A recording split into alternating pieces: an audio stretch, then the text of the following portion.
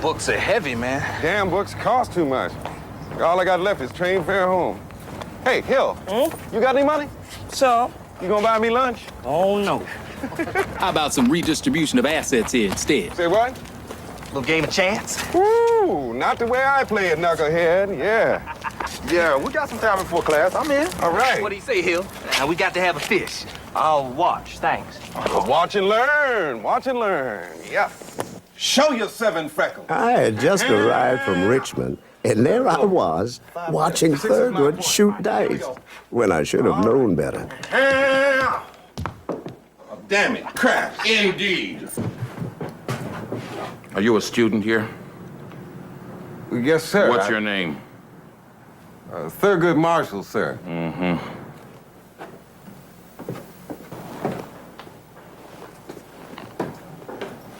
Where were you?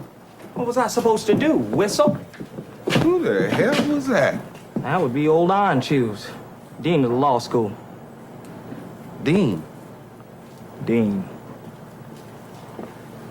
of the law school. Charles Houston was the reason I'd gone to Howard. Honors graduate of Amherst and the Harvard Law School. He'd taken a shoestring operation and made Howard the first fully accredited Negro law school in the country. Morning, sir. Your name is? Oliver Hill, sir. So glad you could join us, Mr. Hill. Yes, sir. Take a seat. Sit down. Where were you? I had to buy this book. It cost me $2. Mr. Marshall. Yes, sir, Dean Houston. Explain to me, if you will, why you are here at Howard Law School. I want to be a lawyer. A lawyer? Why? Why? I don't know. My brother's gonna be a doctor. And every Negro family needs one of each. Thank you, Mr. Hill. All right, now, Mr. Marshall, you are from Baltimore, aren't you? Yes, sir. Balmer.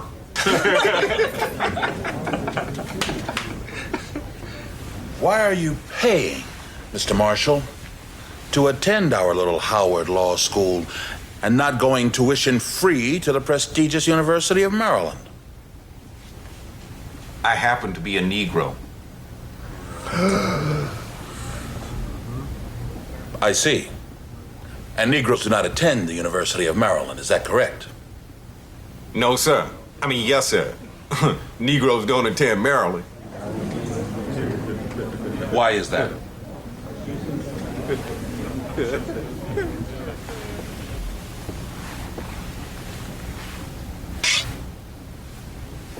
Who knows what that signifies?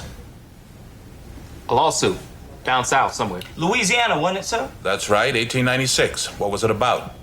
Jim Crow. That's a label, not an explanation. Segregation, sir. Plessy, Mr. Hill, is why you ride here from Richmond, Virginia in a racially segregated train. Plessy, Mr. Durham, is why no one in this room can eat in most of the restaurants here in the capital of the world's greatest democracy. And Plessy, Mr. Marshall, is the reason it is against the law in 17 states for black children to go to school with white children. There are two kinds of lawyers, gentlemen. There are my kind, and there are parasites on society. My kind of lawyer is going to be a social engineer. My kind of lawyer is going to be a fighter for social change. My kind of lawyer is going to find out everything there is to know about Plessy, because Plessy is a dragon gentleman, and my kind of lawyer is going to go out and slay it. That's why you're here, Mr. Marshall. Or it had better be. And if it's not, you'd better pack up and leave right now, because you will not make it. I want each one of you to take a look to your right. What? Now look to your left. What's going on? In 3 years, 2 of you won't be here. I notice that some of you are sporting men. Well, those are your odds. He called you a parasite? Yeah. And what did you do to deserve that? Nothing. Barely caught me shooting craps. Thurgood, your mother sold her engagement ring so you could go to Howard. Don't you go messing around like you did in college. Buster, honey, I did well in college. Yeah, finally, after almost getting kicked out.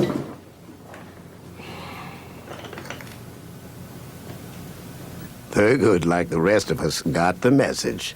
Had to. From the start, Dean Houston had us up and arguing the ins and outs of segregation cases, especially Plessy. Now, the accommodations in the Negro car are the same as those in the whites-only car. They are separate, but they are equal. Well, no objective observer would call those accommodations equal, Your Honor. But that's not the point. My client, Mr. Homer Plessy, preferred to sit in the car designated whites only and was arrested in violation of his constitutional rights. His client, Homer Plessy, purposely broke the laws of the state of Louisiana. But that law requires whites to sit in one car, Negroes to sit in another. That's discriminatory. It violates the 14th Amendment to the Constitution. Mr. Hill, refresh my memory. Tell me exactly what the 14th Amendment says. Exactly? Well, since your entire case rests upon it, I don't think that's unreasonable. No state shall make or enforce any law which abridges the privileges of citizens of the United States, nor shall any state deny to any person the equal protection of the law. Okay, counsel. What does the 14th Amendment have to say about the segregation law that Mr. Plessy broke? The 14th Amendment says that the state of Louisiana can't legislate away the rights and privileges given him by the federal government. And just what rights are we talking about? The right to be treated the same as any other person. Not as a second-class citizen, a social... Parasite. I mean social inferior. Look, under the 14th Amendment, the law can't deprive us of freedoms other people have, simply because we're Negroes. Well, can it? Well, now, the Supreme Court ruled 8-1 that they can keep you from going places white people can go. Racially separate facilities may be maintained by the states as long as they are equal. Segregation is not discrimination. So, everybody's equal, but Negroes can be treated like outcasts. That's just... The Supreme Court said that the guarantee of equality has limits. It does not require social equality. But I don't see how that comes from the 14th Amendment, Dean Houston. Oh, they said that was self-evident. Self-evident? What, that white people are more equal than Negro? Well, the courts thought that was all in your mind, Mr. Marshall. And I quote, "The assumption that enforced separation stamps the colored race with a badge of inferiority," they said, "is solely because the colored race chooses to put that construction upon it." Wait, so... Easy, Mr. Marshall. Lose your temper, lose your case. For 35 years, the Supreme Court of the United States has resisted every attempt to overcome segregation by saying, "See, Plessy." Every attempt to overturn the last vestiges of the slave codes by saying, "See, Plessy." Every attempt to open that door just a little bit so that we can become the people that we know we can become by saying, "See, Plessy." If you survive here, gentlemen, you will join a handful of Negro lawyers in this whole country who have been rigorously trained. And with that distinction comes a truly enormous responsibility. We have to change the laws that keep our people down. We must pave the way to the future. Without education, there is no hope for our people, and without hope, our future is lost. So we must use the power and the logic of the law to stop the humiliation and the crippling of our children in disgraceful segregated schools. And we're going to have to accomplish this in the face of a Congress dominated by segregationists. We'll have to face the fact that no president since Abraham Lincoln has fought for Negro rights. And what that means is this: we're going to have to go to court, to the highest court in the land, to destroy Plessy. And we're going to have to be twice as good as the white lawyers that oppose us at every turn. We must not give in. We must not fail. Gentlemen, congratulations to all of you. My 9 survivors. the men of the class of 1933.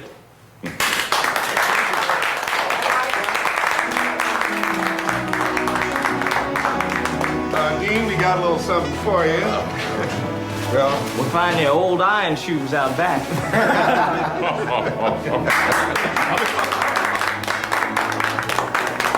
This is from the class of 1933. When Houston said we must not fail, he meant it. After graduation, he went to New York to work for Walter White and the fledgling NAACP. His job, to direct the legal assault on segregation.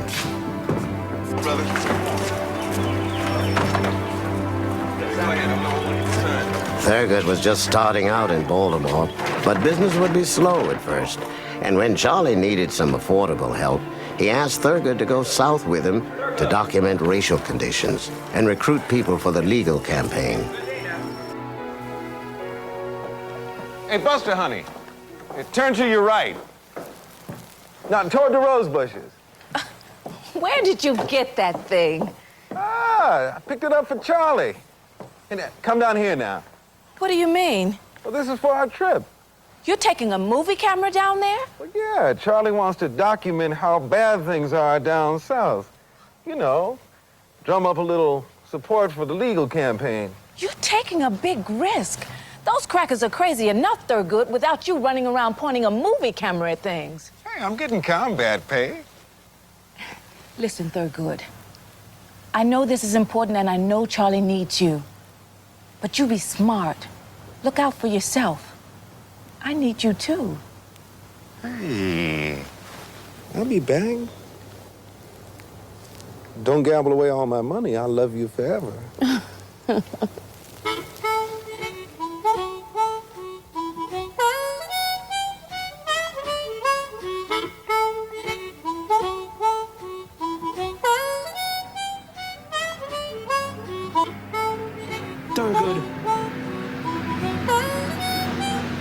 Thurgood, you're a Negro and you're speeding in Chester County, South Carolina. Would you slow down?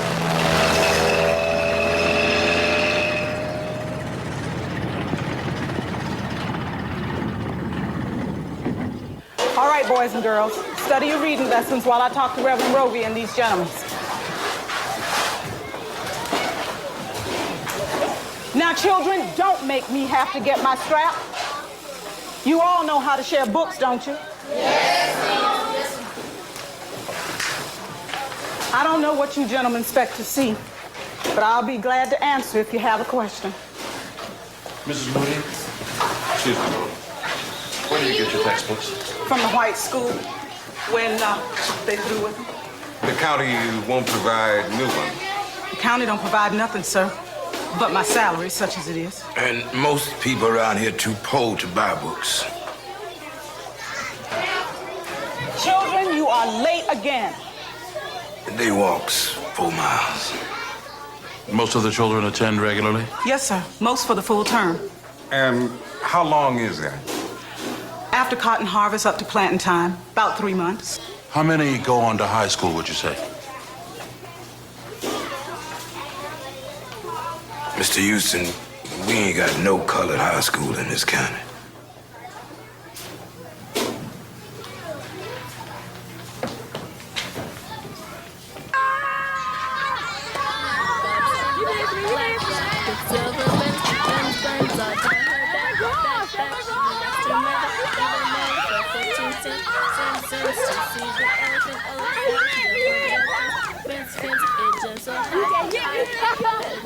You want some of that?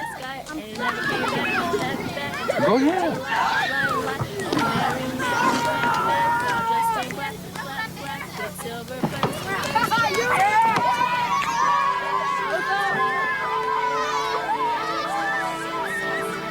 Here, give me that. You did all right. Take this peel off, see?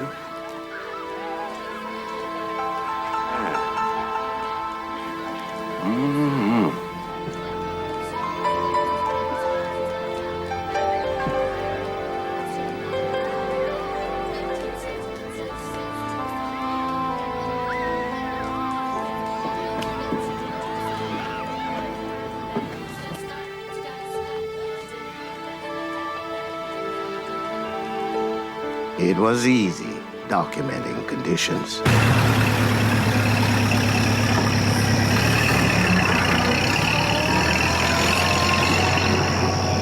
Recruiting people to stand up in court, that was a different story.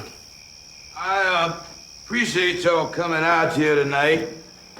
I got two friends that I want y'all to meet from up north. Mr. Charles Houston here, who is the head lawyer of the NAACP. And NAACP? Mr. Thurgood Marshall, Excuse me.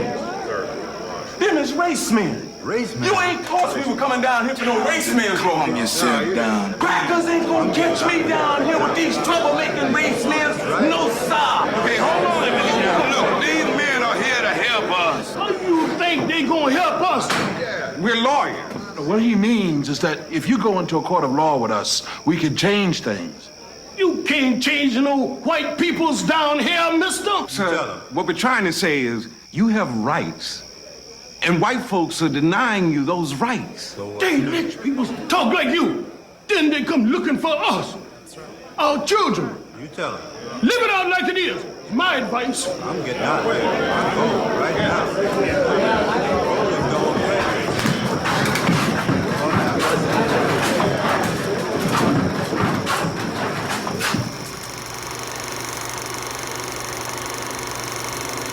This is Chester, South Carolina. 68 pupils in one room.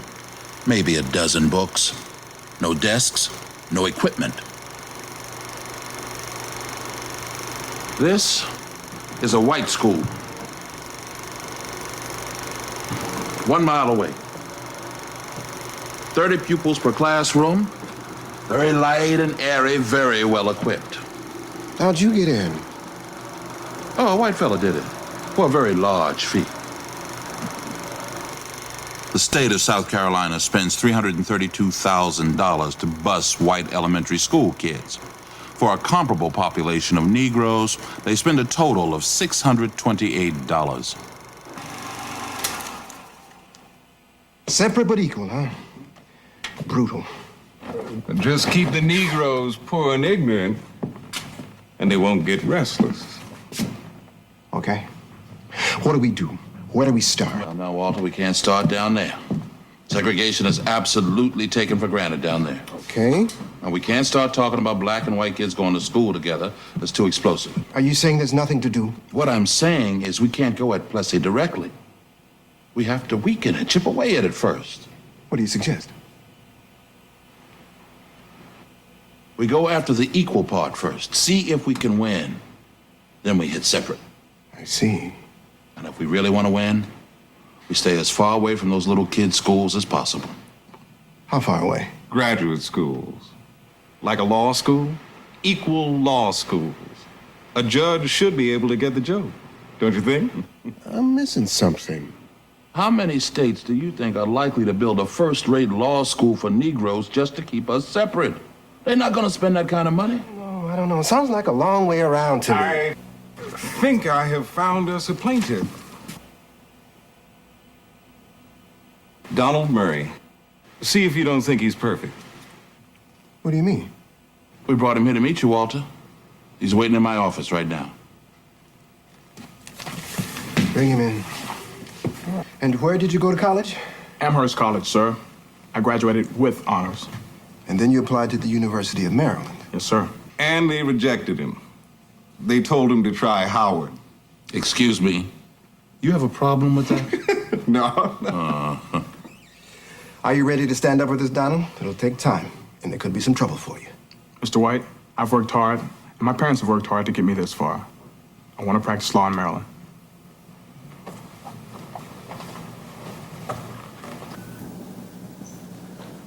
Dr. Pearson, you stated that as president of the University of Maryland, you personally reviewed Donald Murray's application to the School of Law. Yes, sir, I did. I see. And did you at first recommend that he attend instead the Princess Anne Academy for Negroes? I did. In fact, Princess Anne Academy does not have a law school or even offer any courses on a graduate level, does it, Dr. Pearson? No. And you were aware that Mr. Murray, as an honors graduate of Amherst College, was academically qualified for law school, were you not? Yes. Dr. Howell, as dean of the law school, would you agree that your curriculum is designed primarily to prepare students who wish to practice law in the state of Maryland? I'd say we want to equip our graduates to practice anywhere.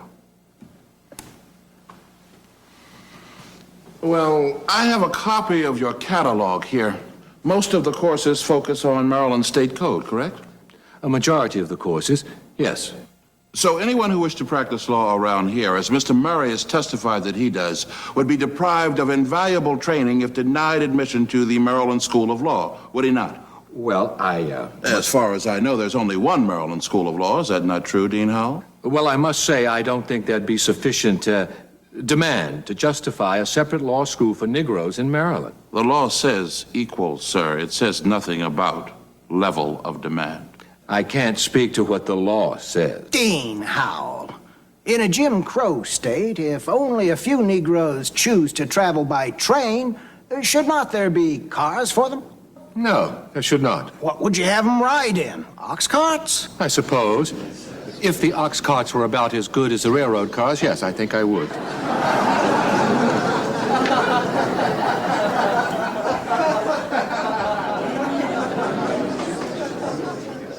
Now, Your Honor, we are not here to challenge the Plessy decision. Although many rulings have supported the separate part of separate but equal, the equal part has never been tested to see if equal means equal. And so we are testing it here and now. This court herewith orders President Raymond Pearson to admit Donald Murray, colored, to the law school at the University of Maryland. They won. But the decision only applied to one state. So, after the triumph and celebration of the moment, Charlie and Thurgood would have to start all over again, looking for another case, one they could take all the way to the United States Supreme Court. In the meantime, there was another problem. So, what did the doctor say? Charlie kept pressing on in spite of his health problem, looking for the perfect case. Months passed. All we got is one judge in one state to tell one law school that if separate isn't equal, it can't be separate. Right. We gotta find us another case to take us to the Supreme Court. Now, obviously, we can't depend on universities to appeal all the way up, so we have to assume that we'll be the ones to appeal. Follow? So, we need a case we can lose. Yep. A good case we can lose. Charlie. Charlie. Go home.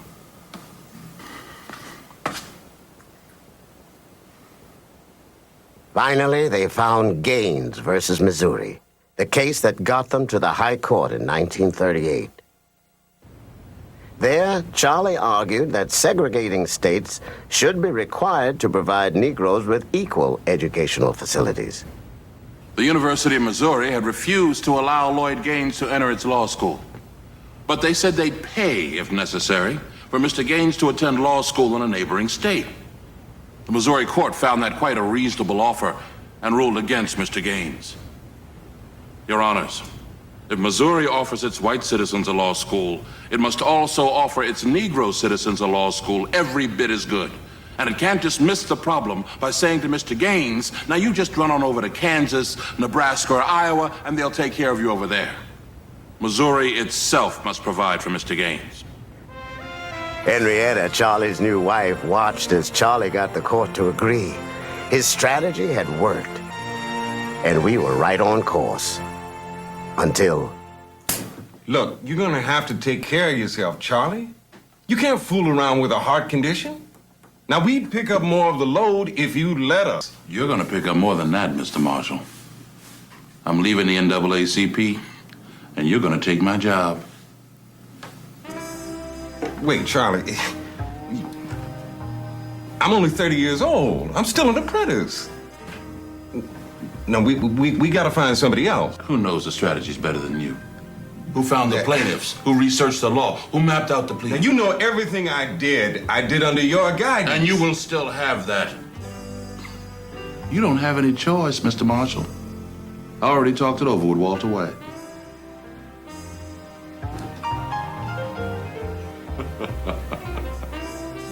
Ladies!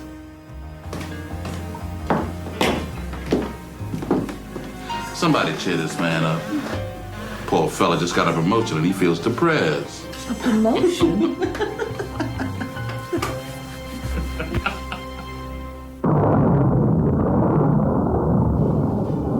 World War II. It changed everything. We fought overseas, mostly in segregated units. But especially in Europe, we found ourselves for the first time in an unsegregated world.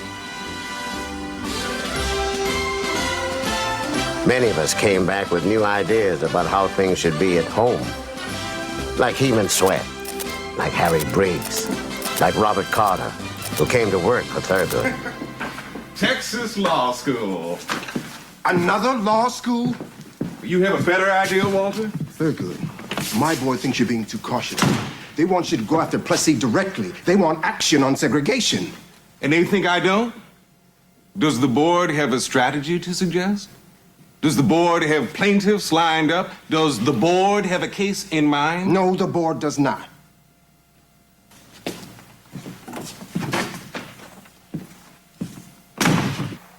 Did you listen to the fight last night, Charlie? Oh, that's Sugar Ray Robinson, and that's a boxer. Lightning hands, and jabbing and popping. Piling up points. He's quick, but he buys his time. Well, that's his style. And it works, too. 7, 8 rounds, the other guy's legs start to go. Sugar Ray moves and puts him away. Yeah, you know. Well, Walter White wants me to be Joe Louis. One shot, haymaker. How's that? Well, he still thinks his Sweat case ain't worth it. Heman Sweat, the guy they put in the basement? Yeah. Thurgood. Maybe it's time for you to press the court, find out what equal really means. For instance, who does Sweat talk to? Discuss things with when he's alone. One step at a time, remember? Okay. Your Honors, Heman Sweat, a resident of Texas, desired merely to obtain the best legal education the state had to offer.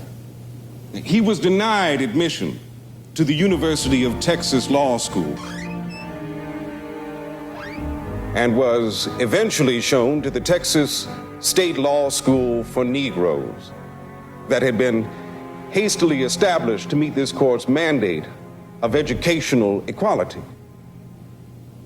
Counsel, Mr. Marshall, I believe the court is familiar with the facts. Now, in your brief, you argue that this court should overrule 50 years of constitutional law, beginning with Plessy versus Ferguson. Now, that wouldn't be necessary, would it? If colored students in Texas could attend a bona fide, accredited colored law school in the state. Chief Justice, first, I'm sure that we'd all agree that the state of Texas will never build a black law school equal in facilities, and certainly not equal in terms of faculty and prestige to the University of Texas, one of the most heavily endowed law schools in this country. But second, we say that even if they did, that would not be enough. Segregated schools can never be equal. The Negro school invariably carries a stigma of inferiority. In practice, it always means separate and unequal. For the state of Texas to offer Mr. Sweat an equal education, they would have to offer him the same professors, the same discussions, and a chance to interact with all the other students of the law. That might be arguable for a graduate school of law. But what are you driving at, Mr. Marshall? If this court were to accept your position, isn't the next logical step for you to demand racial integration of children in the elementary and secondary schools? That case is not before the court. Just the same, if we were to overrule Plessy, wouldn't that require nationwide desegregation of all public schools at every level?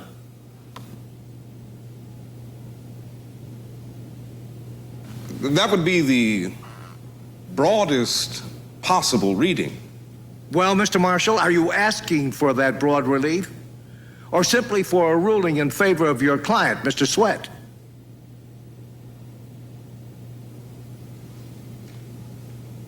It is our position, Mr. Justice Frankfurter, that this court should re-examine Plessy.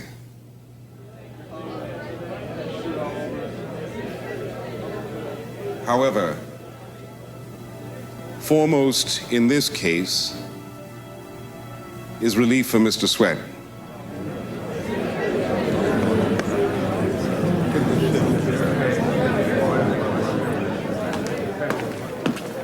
Did you see the way they jumped all over me? Did that tell you something? Thurgood, Henrietta's been trying to reach you. Charlie Houston had a heart attack.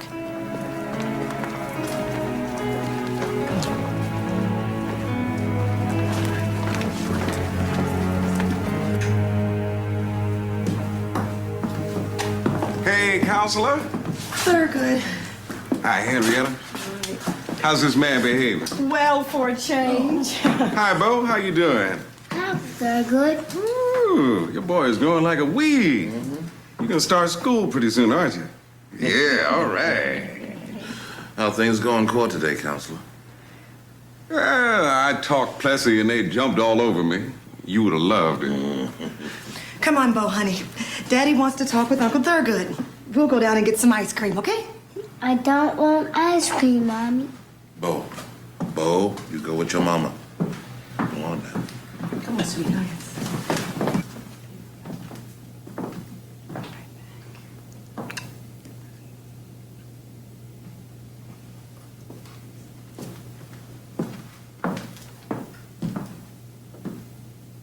Very good. Maybe we made a mistake. Hell, they never intended for us to be a part of the mainstream in this country. My whole lifetime. How much has changed? Oh. We made a good start, Charlie. Listen. A couple of weeks ago, I took Bo to the drugstore down the street. Bought myself a pack of cigarettes. He ran over to the soda fountain and hoisted himself up on one of them stools. Oh, he spun around. He was having such a wonderful time, just laughing. This fat, red-faced soda jerk comes swooping down on him and says, "Get down from there, you little nigger."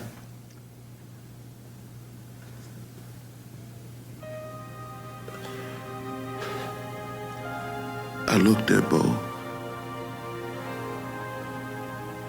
He looked at me. I saw the hurt and fear in his eyes.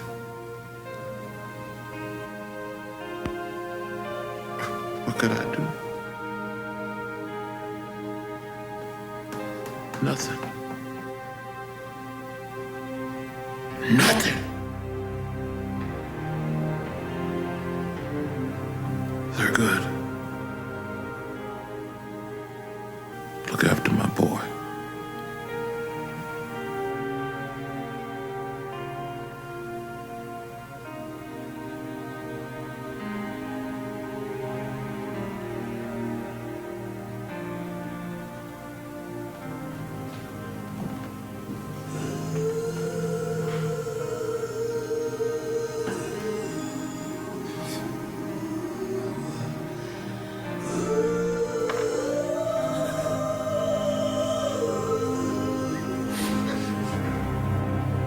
millions of Negroes may never know that this man dedicated his life to improving theirs. Charles Houston saw a society that refused to live by its own principles. He saw a nation that said all men are created equal, but used the law to keep some of its people down. Charles Houston said the law of this land cannot be permitted to do that. And he set out on a legal crusade to carry his people to racial equality.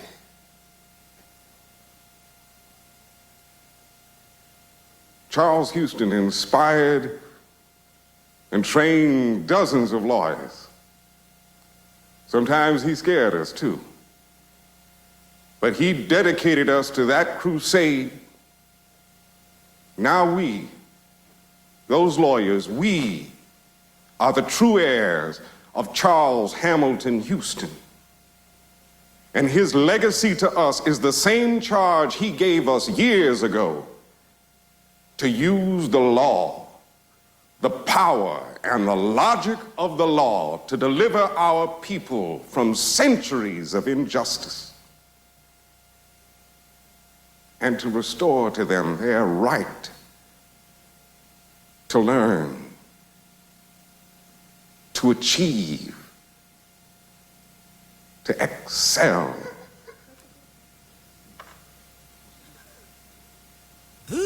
And to be respected as human beings.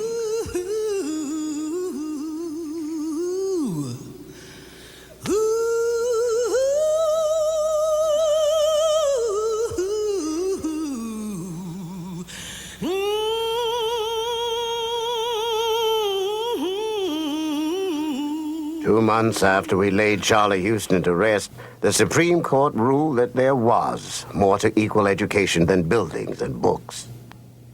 The University of Texas Law School possesses not only superior facilities, but also certain intangible qualities that make for greatness in a law school. These qualities include reputation of the faculty, standing in the community, and prestige. Therefore, Heman Sweat is ordered admitted to the University of Texas Law School. However, we do not reach the petitioner's contention that in the light of contemporary knowledge respecting the effects of racial segregation, Plessy versus Ferguson should be re-examined. Well, Thurgood, you were right. You got him to take a big step beyond equal facilities there. No, you were right, Walter. We got to go after Plessy directly. We got to say that's what we want, and we can't give them any way to skip around it. Well, I don't know how the hell we're going to do that, but that's what we got to do.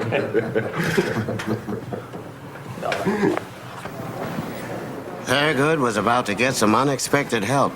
Down in Clarendon County, South Carolina, a farmer named Levi Pearson stood up with NAACP lawyer Harold Boulware to ask for a school bus.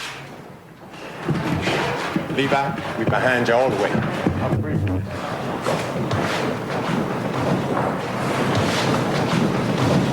All rise. U.S. District Court, Clarendon County is now in session. Judge Edgerton J. Fowler presiding. Pearson versus the Clarendon County Board of Education. The court is dismissing this case. Mr. Boulware, your client has no legal standing to bring this case. Your Honor, Mr. Pearson has two children in school District 26. Mr. Pearson's farm is on the line between District 26 and District 5. And according to tax receipts presented to me by the defendant, he pays his property taxes in District 5, which is his legal residence. He sends his children to the wrong school. He's not qualified to bring this suit. If it pleases the court, the evidence in this case is not limited to where Mr. Pearson pays his taxes.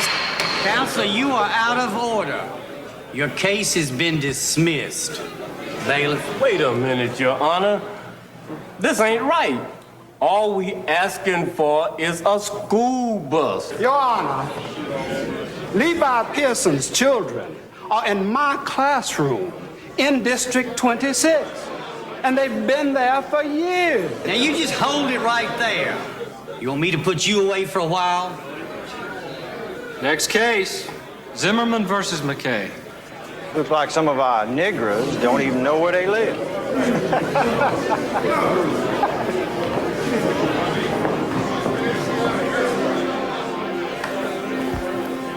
Evening, folks. I am very glad to see you here tonight. It is a vote of confidence, which we may not entirely deserve after Mr. Pearson's court experience. Mr. Marshall, we made a mistake. So did we. We should never have tied a case to one person. Mr. Marshall, I believe Mr. Bulwell was trying to save other parents from reprisals. Yes, sir. I understand. Well, what do you want us to do now? Mr. Marshall, we want to know what you think we should do. It depends. How much you want to stand up to white folks? How fast you want to go? I was raised on Booker T. Washington's advice. Be industrious and law-abiding. Don't give the white man any cause to abuse you. Now, I followed that advice for 40 years. Then I stand up with Levi, and they burned my house down. I was in the army, fought the Nazis for 3 years. And the French peoples appreciated me, treated me like a man. And then I come home, and I'm treated like dirt. Went to court with Levi, and the man fired me and my wife from our jobs. Now, I believe that you all came here tonight to start trying to change things for your children. Yes, sir. Yes. I know you did, Harry Briggs. Yes, sir. I'm here to stand up for my children. Okay. Now, you asked the school board for a few buses. Yes, sir. Now, do you want to try for equal books and equal teachers' pay, equal school building? Or do you want to fight to get your kids the exact same schooling white kids get? There you go. Now, the only way you're going to get that is in the same school, together. Now, you know white folks ain't going to take that sitting down. They're going to come after you, and they're going to keep coming after you. We're leaving here tomorrow, but you all have got to live here. Mr. Marshall, my children get the short end of the stick. And I don't mean to put up with it no more. Mr. Marshall, you decide what to say in court. You know about those things. Just tell us what we have to do. Well, we need to make this a group action. We need about 20 of you as qualified plaintiffs. You count on me. Where do I sign? I'm putting my name down. All right. Things sure are changing in South Carolina. Last time I was down here, everybody was scared to death. Mr. Marshall, all the scared niggas done already moved to Chicago. All right, good people. I think we have got ourselves a deal.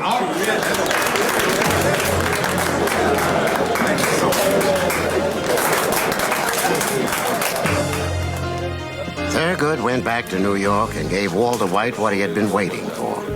In June 1950, the NAACP announced a bold new initiative. An all-out attack on school segregation. They were going after Plessy itself.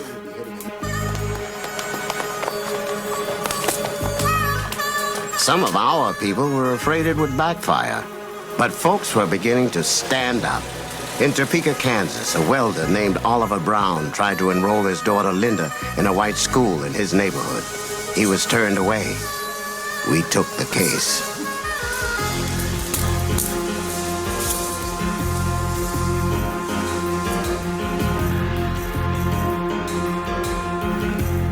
In Prince Edward County, Virginia, Barbara Johns, a junior at rundown Moton High School, led the entire student body out on strike. Carrie, you go first. Tell them what we saw at the white kids' school, and I'll tell everybody we want them out on strike and to stay out until we get some action. Okay. Barbara, I know what you got in mind. Miss Richardson. Please, this will only bring trouble. Miss Richardson, we know what we're doing.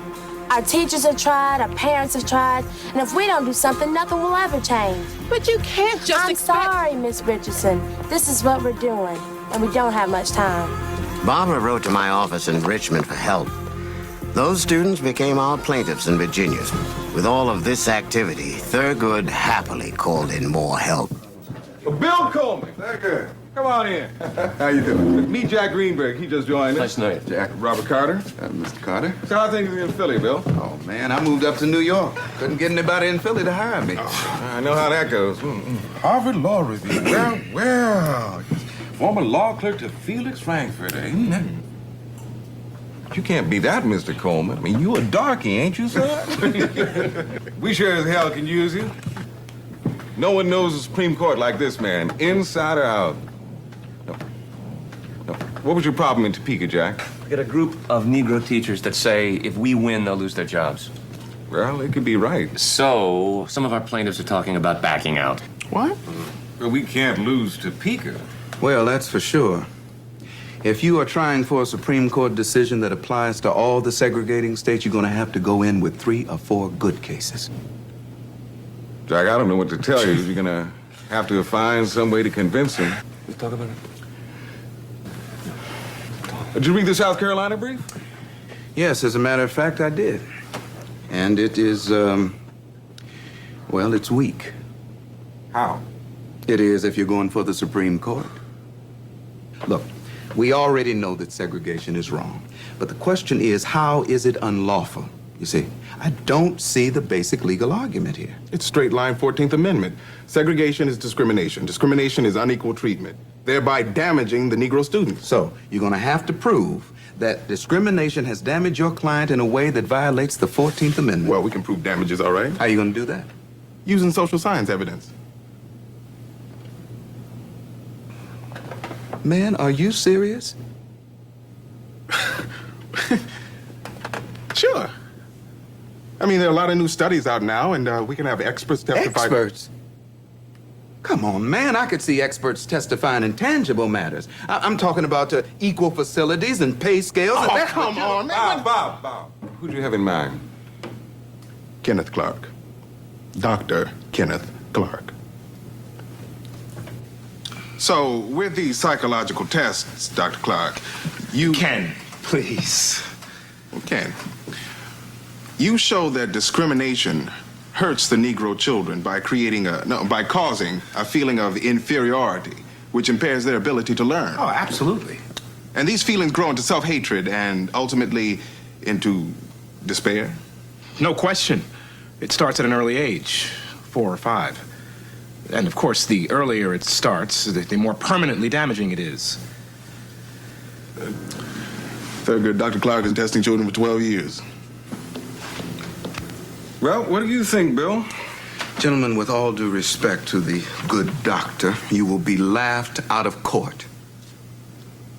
Dr. Clark, you use these little dolls, don't you, in your experiment? Mr. Coleman, my findings are consistent with and supported by a large body of research. Whatever your opinion of my methods, most experts would find merit in them. Gentlemen, if you are going to succeed at the Supreme Court, you are going to need Mr. Justice Frankfurter on your side. Now, that is a fact. Felix Frankfurter will not buy anything that is not grounded in precedent.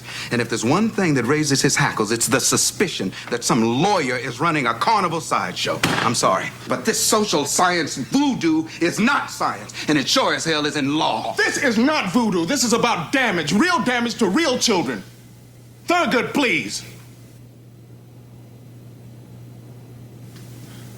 Bill, you ever read the Negro Press? The Pittsburgh Courier. You ever seen Dr. Fred Palmer's ad? Be lighter. Be lovelier. Be loved. Dr. Fred Palmer's new double-strength skin whitener. Yes, sir. Does that say damage to you?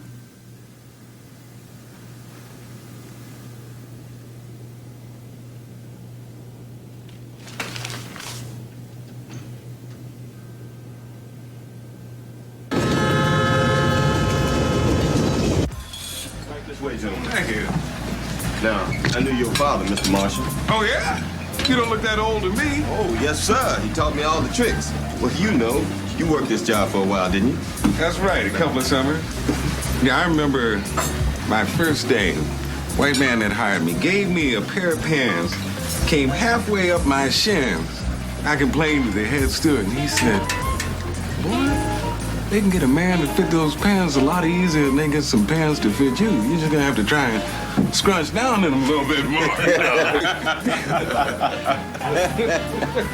Well, that means you almost a railroad man. And, sir, I want you to know we do appreciate what you're doing. Thank you, I appreciate Gentlemen. that. What's this?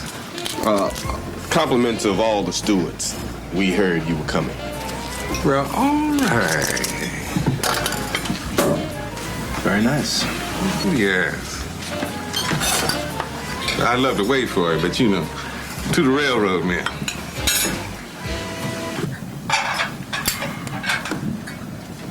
One sugar, please.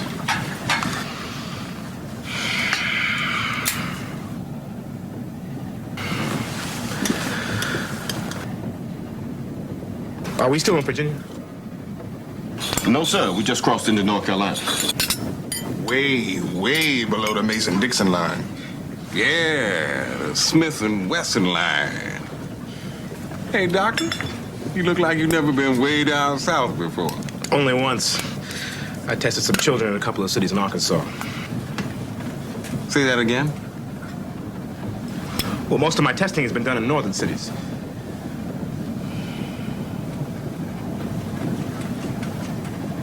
You mean you never tested rural black children in the South?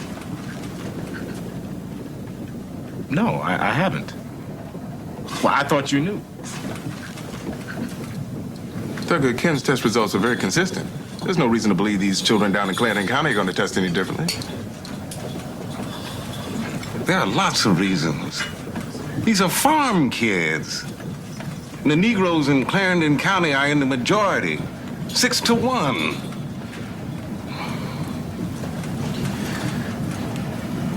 In 4 days, we go into court in Charleston. Maybe without a case.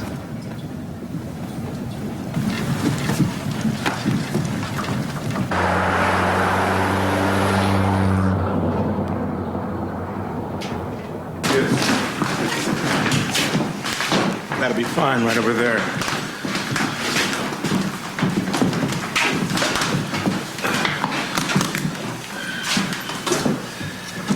Cost me 50 cents a piece at a 5 and dime in Harlem.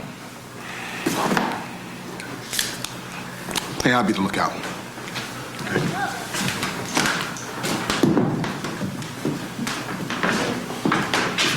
Oh, Dr. Clark.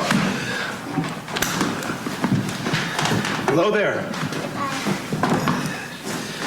What's your name? Jenny. Jenny. That's a nice name. I'm Dr. Clark. Do you like dolls, Jenny? Do you have any dolls? What, no dolls at all? Once I had one, she were out. Well, I have some dolls here. Want to see? Come on. I'll show you.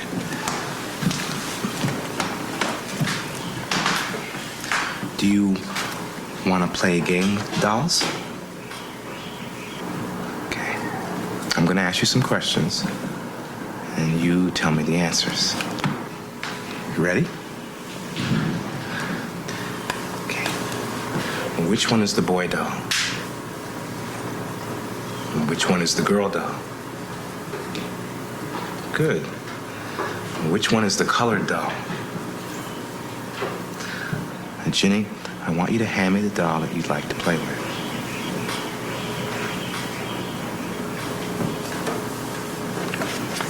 This one.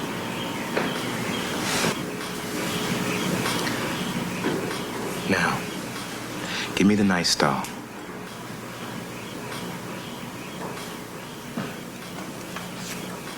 This one.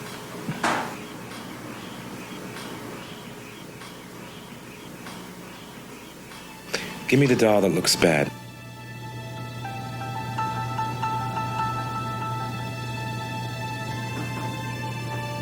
All right. Now give me the doll that looks most like you. Like me?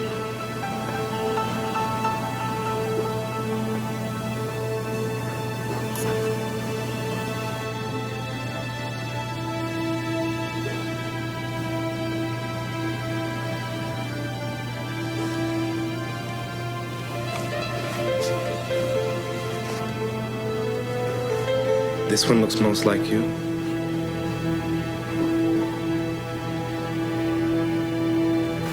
Give me the doll that you would rather play with, Eloise.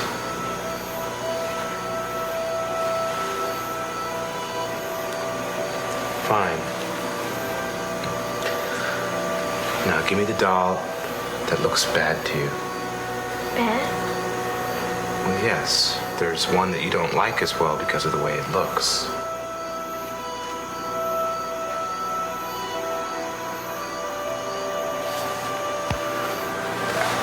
Eloise.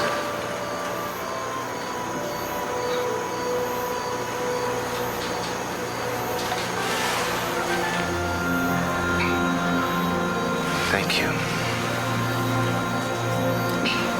Now, which one of the dolls do you think looks most like you? Just show me the doll that looks like you. I don't want to. Why? I want to go home.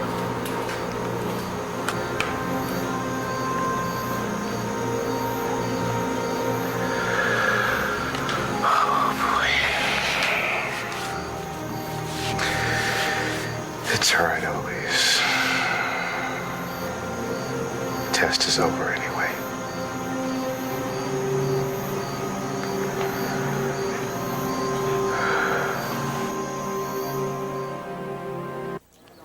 May 1951 was our first real test in court. Negroes stood in line and packed the court in Charleston to hear what we had come up with to fight segregation. As risky as Thurgood knew it was, our strategy in each case would rest heavily upon the testimony of social science experts. If it pleases the court, before we begin these proceedings, I want to make a statement. Now, we concede that the educational facilities for the colored children in Clarendon County are not equal to those of the white children. May it please the court, this is just an attempt to sidestep the issue. Your Honors, the legislature has just passed Governor Burns' bill to finance the equalization of schools. All we ask is just a reasonable time to achieve those goals. Your Honors, that has no bearing on this trial. Now, we contend that these schools are not merely physically unequal. We will show that segregation, in and of itself, is a form of inequality. Order!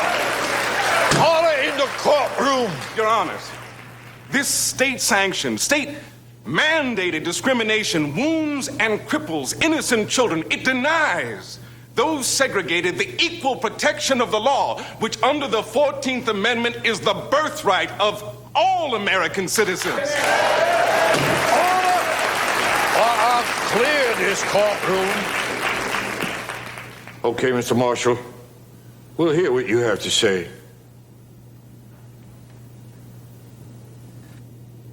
Segregation destroys a Negro child's self-esteem.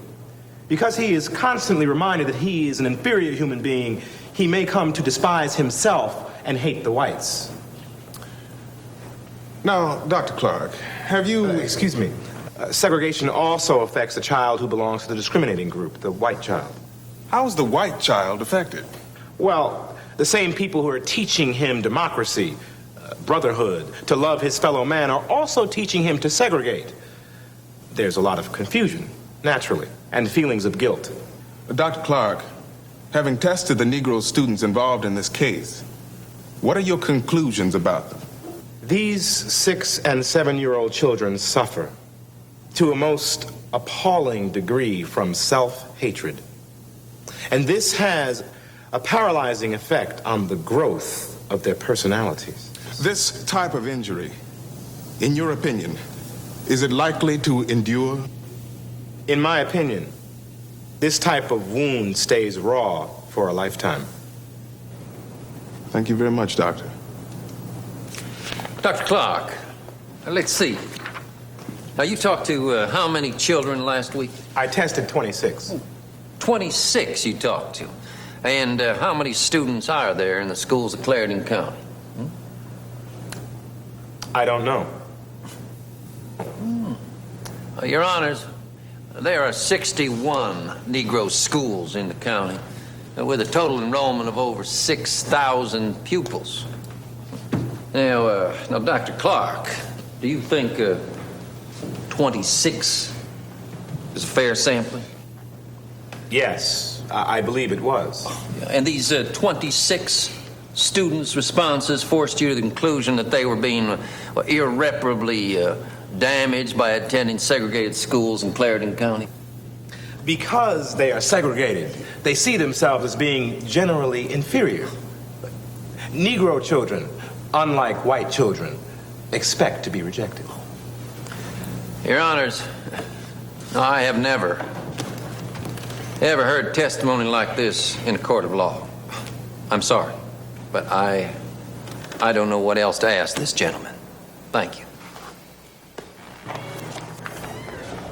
Whoever Dwayne, your efforts here will be rewarded. Oh, thank you, Dr. Clark. Thank you. And Mr. Carter, thank you so much. It's been a pleasure, sir. Thank you. We thank you all, Mr. Marshall. Yeah, well, we're a long way from home. It'll probably be several months before we even get a decision from here. Are we gonna win, Mr. Marshall? Well, someday, how you doing? Glad y'all came down. Probably not here now, Harry. We want. Meanwhile, Carter and Greenberg would handle the Brown case in Topeka, but they wouldn't have Ken Clark. That'll help us get. And some other key experts were also proving hard to get. Hey, how? We don't have Dr. Menninger? He says he's on our side, but he also says that he doesn't want to come unless he's subpoenaed. It's too close to home. What about the big guy in Minnesota? Ronald Rose. He just changed his mind. Look, Jack, they weren't ready for us in South Carolina, but sooner or later they're going to come after us. Now, who do we have? Dr. Louisa Holt. Rose recommended her. Uh-huh. Bob, she's the best we can do. Dr. Holt. Dr. Louisa Holt. Bob Carter. Pleasure to meet you, Doctor. I know I'm here by default. There's so many other social scientists better qualified than I. Wow.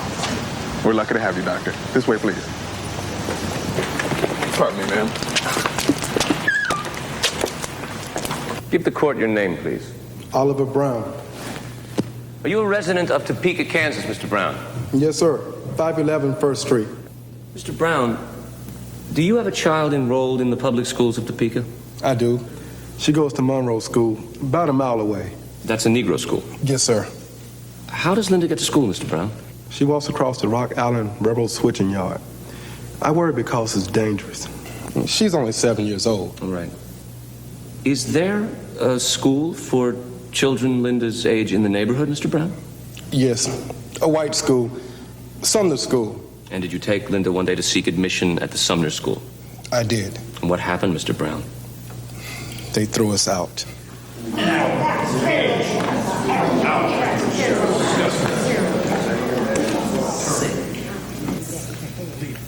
Now, Mrs. Holt, you say that the mere fact that Negro students attend separate schools makes them inferior? That's not what I said. I said... Well, you contend that it affects the learning process. I certainly do. Well, now, that could rationalize the lower test scores of Negro students, couldn't it, Mrs. Holt? It doesn't rationalize a thing. How do you know who you are? You get an image of yourself by how other people react to you, what they say about you. If day after day you face nothing but negative responses, you have to begin to internalize them. You feel inferior. I see. Now, Mrs. Holt, you are aware that here in Topeka, the students are in fact integrated at the junior high level? Yes, of course. And I suppose you're going to tell me that that doesn't correct your problem? It's not my problem, Mr. Goodell, but absolutely that does not correct it. The earlier such a deep wound is inflicted, the less likely it is ever to heal. But the real problem is... Your Honor... No, I'll let her finish. What is most destructive about school segregation at any level is that it's legal. Its legality makes it more destructive? Our government is approving, giving legal sanction to a policy that has to be seen by white people and Negroes as proof that Negroes are inferior.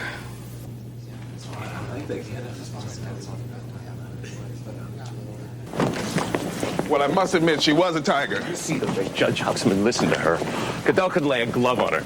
Well, all I can think now is the bad guys must be saving their best shots for Virginia. Bob Carter was right. The attorney for Virginia, T. Justin Moore, had scouted the earlier trials, and he was out to whip and humiliate us if he possibly could. Dr. Shine, you have testified that in a survey of psychologists, a majority agreed that enforced segregation makes Negroes feel inferior. Is that correct? That's correct, Mr. Moore. 90%. Dr. Shine, let me ask you, just how do you spell your last name? Chein. What kind of name is that? Oh, are you asking, am I Jewish? Yeah, I am. All right. Let's take the Jews. They have been discriminated against, have they not? Yes. Is your view then that Jews also feel inferior as to status? Oh, yes, sir. You really believe that? No, I not only believe it, but I have evidence to that effect. Yeah, as a matter of fact, in the social science literature, the very notion of self-hate first appeared in connection with the study of Jews. Tell me, Dr. Clark, why can't the Negro have great pride of race? Why does he want, I suggest, to be a suntanned white man? Objection! Excuse me, Your Honor. I would like to answer that. Go ahead. What the Negro wants is to be treated like a human being. The Negro, Mr. Moore, will take pride in being a Negro when his own government stops humiliating him. Dr. Clark, these 16 Prince Edward students you interviewed, they give you the answers you were looking for? What are you asking me? Excuse me, Mr. Moore. Dr. Clark, did you select or coach any of the children? No, Your Honor. Can you seriously ask this court to believe that your interviews prove anything at all? Except that kids, all kids, whatever their color, like to complain about their school. Now, how can you dignify this farce by describing it as evidence? Objection! Oh, I'll withdraw that question. But, Your Honors, we're not going to allow this so-called expert testimony to go into the record unchallenged. We'll call our own witness, who will prove conclusively that there is no sound scientific basis for it.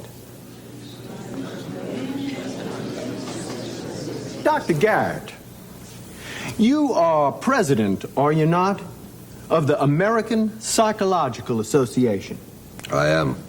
And you are head of the Department of Psychology at Columbia University. I am. Very well, then, Dr. Garrett.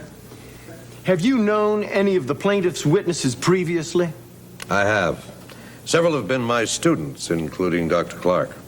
Then, Dr. Garrett, as a world-recognized authority in social psychology, and as Dr. Clark's mentor, do you see his test results presented here as proof that segregation stunts a student's emotional growth?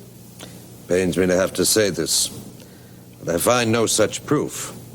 Dr. Garrett, can a Negro get a satisfactory education in segregated schools? Yes. In fact, it seems to me that today in Virginia, given the customs of its people, that Negroes will get a better education in separate schools, given equal facilities. Now, Dr. Garrett, segregated education has been represented here as something alien in our democracy. Do you see it in that light? The principles of separation education are well established in America. Boys and girls are taught in separate schools. Catholic children attend parochial schools. Jewish children go to Hebrew schools. No stigma attaches. Thank you, Dr. Garrett. Dr. Garrett, do you know of any situation involving segregation of Negroes where the stigma of inferiority has not attached? I don't think any such stigma need attach. I think if the Negroes had equal facilities in the high schools of Virginia, the Negroes would develop their schools up to the level where they would not want to mix. They would develop their sense of dramatic art and music, which they seem to have talent for, and athletics. And they would say, we prefer to remain as a Negro group. I would like to see that happen. I think it would be poetic justice. Let me ask you directly, Dr. Garrett. Do you believe that Negroes are inherently inferior to whites? Oh, I'll object to that. No, I'll allow it. Well, I can't. No, of course not. No further questions, Your Honor. 1 week after the Virginia trial was done, decisions from all the lower court cases were in. No surprise in South Carolina. We lost in Virginia, too. This court finds that racial separation in Virginia rests neither upon prejudice nor caprice, but for generations has been part of the customs of her people. We have looked... But from the judge in Topeka, Kansas, came some hopeful words. Segregation of white and colored children in the public schools is detrimental to the colored children. The impact is greater when it has the sanction of law. However, in the recent Sweatt case, the Supreme Court made it clear that it was confining its rulings to graduate schools only. Plessy has not been overruled and is still the authority permitting a segregated school system in the lower grades. Therefore, the plaintiff's prayer for relief is denied. So he's saying, but for Plessy, he would have ruled in our favor. He's saying he can't reverse Plessy. But the Supreme Court can.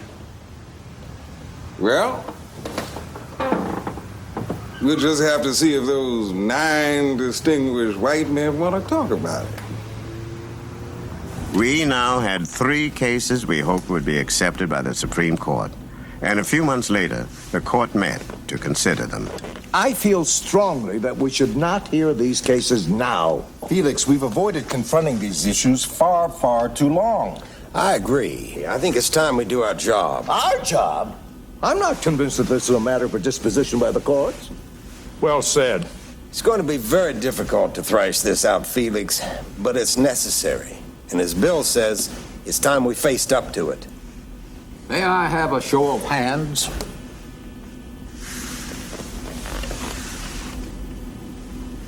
We seem to have the necessary 4 votes.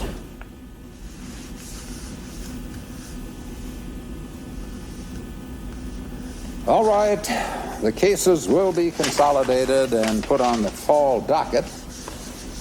And following tradition, we will refer to them collectively as Briggs versus Elliott. Chief, that's alphabetical, yes, but in this matter, in order to emphasize the geographical variety, might I suggest that instead of South Carolina, the Kansas case be given pride of place? Oh, Felix, you're splitting hairs.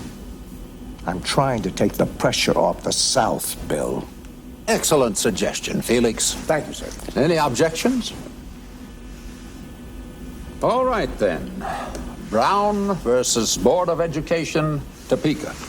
When it was announced that the court would hear cases involving school desegregation, opposition was immediate.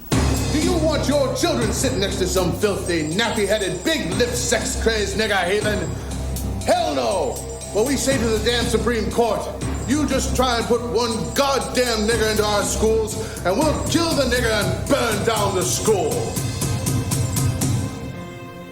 But maybe the worst news was that the great John W. Davis, a man who had won 140 cases in the High Court, who literally wrote the book on how to win there, he would oppose Thurgood in the oral arguments.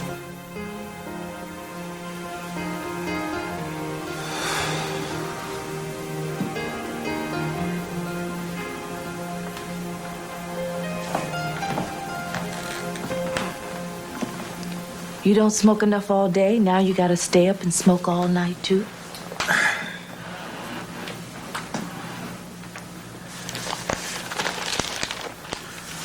You know who this man is? I remember. You used to cut class to go and hear him argue at the Supreme Court. Charlie Houston used to tell us, you got to be twice as good as the white lawyers. Twice as good. Hell, a lawyer never lived who was twice as good as John W. Davis.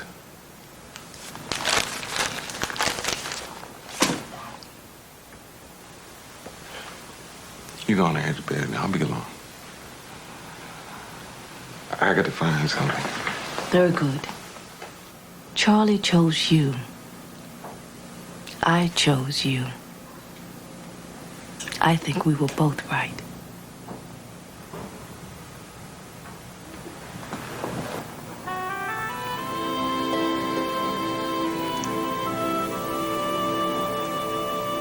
You'll be ready for it. Yeah.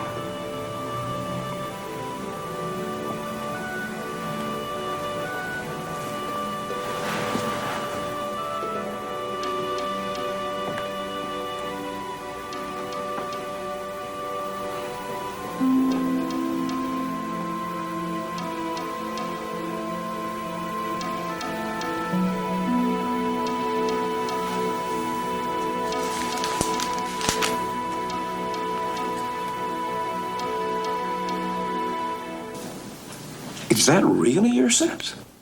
Oh, my. I see. All right. Thank you, Jimmy.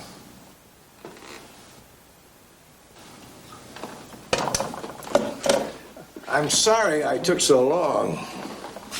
Oh, I hope this isn't cold. What a handsome man.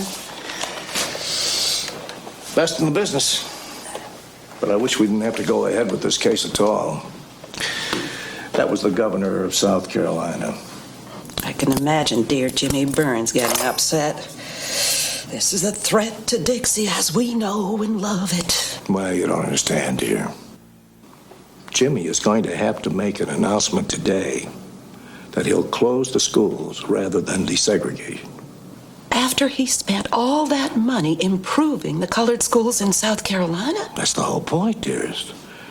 This whole thing could very well backfire on the Negroes. They could kill the public school system in the South. There could be a violent and bloody death. What can you do? I don't know. The court is so deeply split. There's no leadership. And if Douglas and Hugo Black get their wish, well, it smells like disaster to me. Again.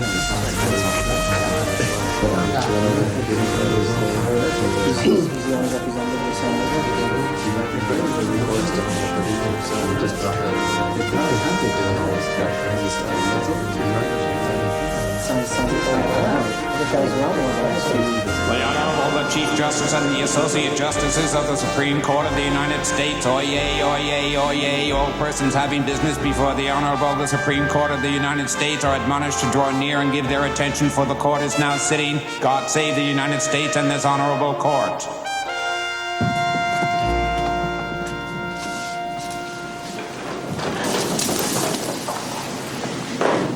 Your Honors, state laws which require racially segregated schools deny Negroes equal protection of the law.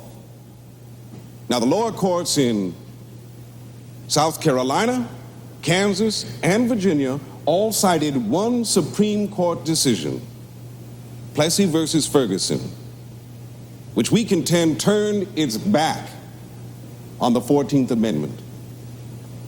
The Plessy Doctrine relegated Negroes to second-class citizenship and has been used ever since to keep Negroes down.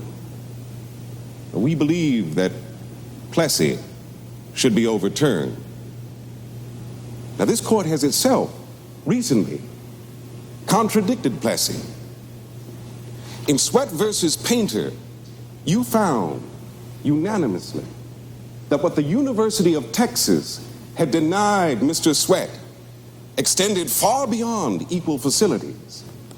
You said unanimously, there is more to equal education than the same books and similarly qualified teachers. You recognized unanimously certain intangibles in law schools, like reputation, standing in the community, even the opportunity to exchange views and ideas with other students. Mr. Marshall, any lawyer, certainly any justice, knows from experience the importance of those factors in a graduate school of law. But I think we've been through this before. What do they have to do with children and public schools? Your Honor, we argue that Negro children are especially handicapped by laws which set them apart. Now, you've seen in the records from the lower courts abundant expert testimony from eminent social scientists confirming the psychological damage caused by segregation. Schooling, which should enrich the lives of Negro children, open doors for them to participate fully in our society, instead demeans them and cripples them. Mr. Marshall, I don't care how much social science testimony you have. You're asking this court to take away from 21 states the right to determine their own social policy. Mr. Justice Jackson, we're just following the court's own logic about what constitutes equal protection in the Sweat case and applying the same principle to children. Now, Mr. Marshall, surely you have to consider where these segregation laws came from. Weren't they passed for the purpose of avoiding racial friction? Well, Mr. Justice Reed, I'm sure that the people who wrote those laws would have said that. They were thinking of maintaining law and order. Mr. Justice Reed, my point is that in this century to date, no Negro has served in the legislature of any of these segregating states. But behind the school segregation laws, there are certain facts of life, certain customs, especially where there are large numbers of Negroes. Don't you think it helps us to realize that? Your Honor, I can't say it helps us. But these school segregation laws reflect attitudes of the past. We're growing up in America. We're beginning to understand and accept each other better. We just fought a war together to end fascist racism abroad. We believe that the time has come to end racism at home. I reserve the rest of my time for rebuttal. Thank you, Counselor.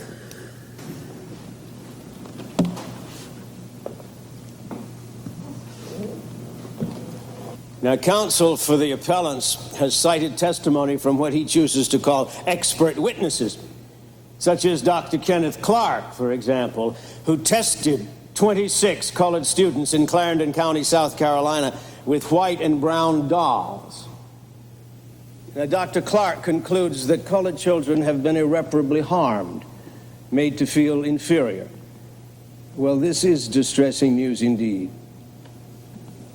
Your Honors, I am reminded of the wistful lament in Scriptures, "Oh, that mine enemy had written a book."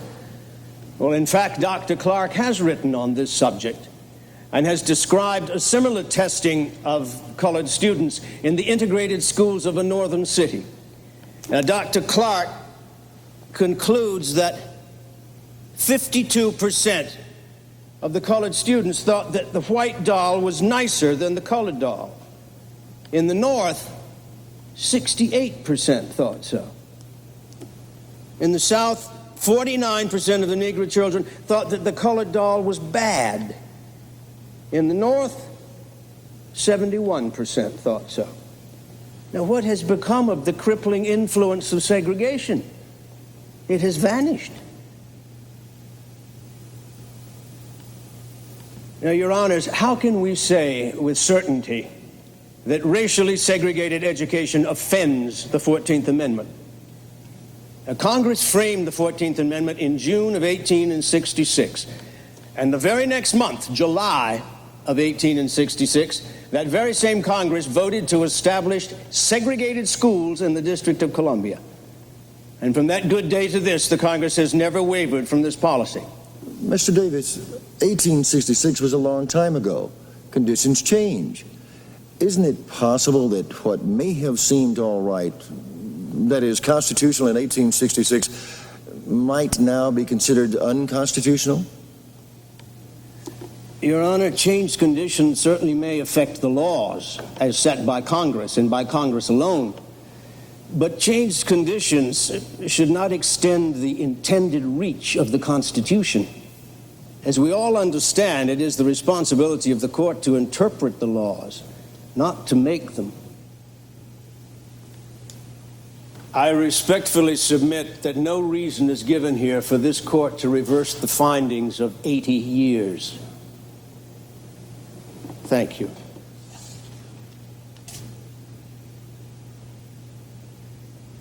Your Honors, for all his eloquence, Mr. Davis has left untouched my chief point. For some reason, the Negro is segregated against his will, is forced into a state of imposed degradation. For some reason, the Negro child is kept out of the mainstream of American life. For some reason, these acts are all condoned by courts, which are supposed to respect and protect his rights as a full citizen. You're still asking for a change in social policy, Mr. Marshall. Why isn't this a matter for the Congress? Mr. Justice Jackson, we don't believe it is up to Congress to interpret amendments to the Constitution, amendments that were clearly passed to guarantee full equality before the law for all citizens. The 14th Amendment was specifically passed to guarantee that there would be no subclass of American citizenship. Now, we don't believe that Congress can vote on that. You were just saying that under the Constitution, the individual rights of minorities can never be relegated to the mercies of the majority. That's exactly what I'm saying. So if I or my child is being deprived of our rights, that isn't a legislative problem. That, we contend, is this court's problem. What we are asking, Your Honors, is that state-imposed segregation be removed and the local school boards be ordered to work out their solutions to reassign children on any reasonable basis. Thank you.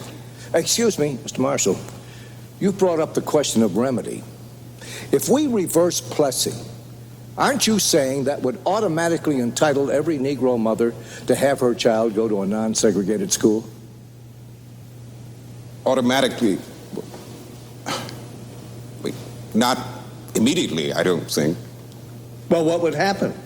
Would you mind spelling this out? The school boards would have to find some method to distribute children by drawing district lines, I assume. You assume? Then we would have gerrymandering of the school districts to avoid compliance. Mr. Marshall, nothing would be more foolish for this court than to have it issue an abstract declaration that segregation is bad, only to have it evaded by tricks. I agree, sir, completely. But we have to believe the local officials will obey the law. Thank you, Counselor. Thank you, sir. Good morning, Mr. Bickle. Good morning, sir. Mr. Bickle, what would you say was the original intention of the 14th Amendment? I always understood that it was intended to give Negroes the same rights as everybody else.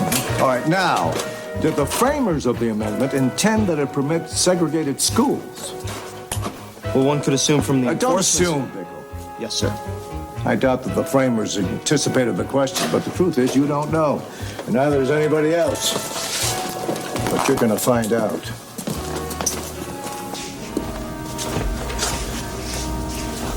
Chief. Felix. I'm sorry, I'm late. That's all right, Larry. Well, brethren, we're all here now, so let's please get started. Now, we're asked here to reverse Plessy, in spite of the large body of law behind us on separate but equal. As John Davis reminds us, the Congress that framed the 14th Amendment also permitted segregated schools in Washington, D.C. So I'm inclined to affirm the lower court rulings. I know my Southern compatriots, and I know there's a deep fear that desegregation will lead directly to the mixing of the races. I also know that the clear purpose of segregation laws is to discriminate. I hold no brief with those who would keep Negroes down, to exploit them as laborers and so on. But we must remember, the Negro race is out of slavery for only a short time. They still have a lot of catching up to do. So, while a body of law has grown up to surround separate but equal with an aura of legitimacy, I find Mr. Marshall's argument persuasive. Racial classification is wrong.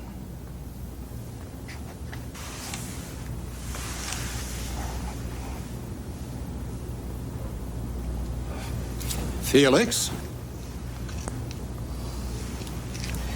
These cases present problems of such immense sensitivity and complexity. And I don't believe, frankly, that either side has really addressed them. They haven't come to grips with the solutions or consequences. Therefore... Oh, you can't believe that. Wait, Felix is making a valid point. Therefore, I am not prepared to vote on these cases today. I recommend that we give both sides a chance to re-argue. A chance? Felix, re-argue what? What could we possibly hear that is new? I mean, we all know what this is about. The legal basis for reaching a decision. It's not that complicated. Well, for some people, nothing is complicated. And for some people, everything is. Chief, I think it would be best not to vote today. Well, we are at loggerheads. We will not vote this morning. Felix, we'll take your suggestion under advisement. Great news, Mr. Pickle. We're ordering re-argument. Now, I need your help drafting some questions. What sort of questions? For whom? For both sides to form the basis for the rehearing. How are you progressing on the 14th Amendment? What the framers had in mind? It's slow going, sir. What the hell are they after? Proof that the 14th Amendment was intended to outlaw segregation and that the court has the power to do it. How can you prove that? But they do ask how a remedy might be framed. It's a good sign. Why do they need us to tell them how to do their job? Hell, we won the damn case. They just won't admit it. Thurgood, this is a big job here. We're going to need historians, constitutional scholars. My God, it's going to cost a lot of money. Sometimes I get so goddamn tired of trying to save the white man's soul. That was a long, terrible summer. We lined up dozens of scholars to try to make history serve our argument. I'd seldom seen Thurgood so down. So after the war was over, to get back into the Union, all the Confederate states framed new constitutions, and not one has a single word about segregated schools. Well, perhaps, Professor Kelly, they knew the 14th Amendment had outlawed Jim Crow. Come on. What? They just took segregated schools for granted. This is a goddamn wild goose chase.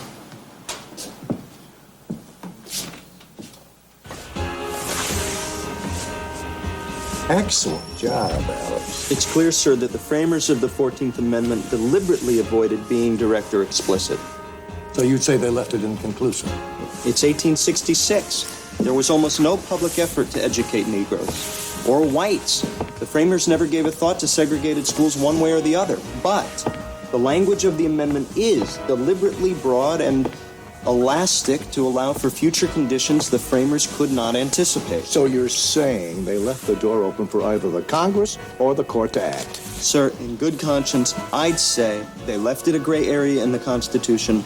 The court will have to interpret.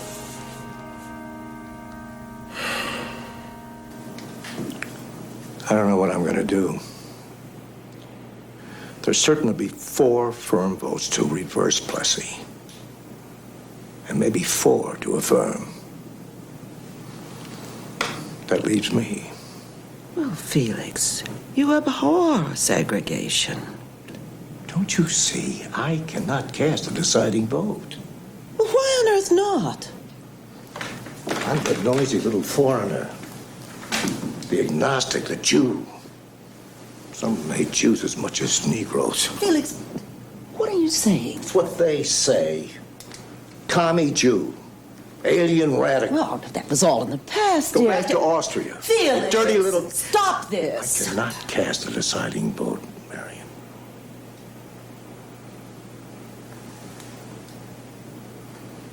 There's already so much anger, so much hate crammed into this business. If it explodes, it'll blow us apart. And it won't just shut down the public schools, it could destroy the court. Surely it won't come to that. If we order desegregation, dear heart, who will enforce it? The army? I love this country, Marion. And you know how much I love the court. I'm afraid.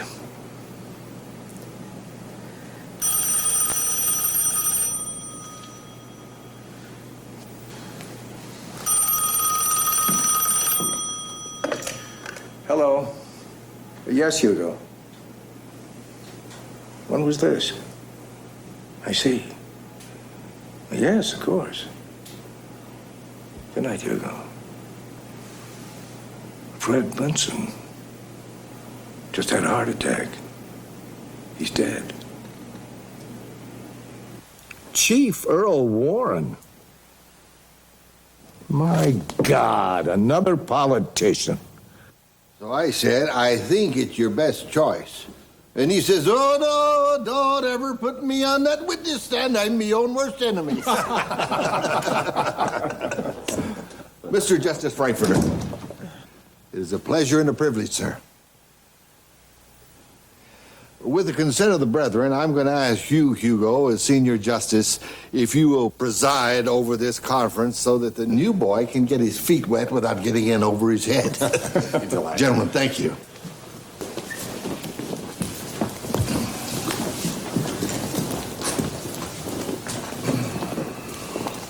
Yes. May I interrupt?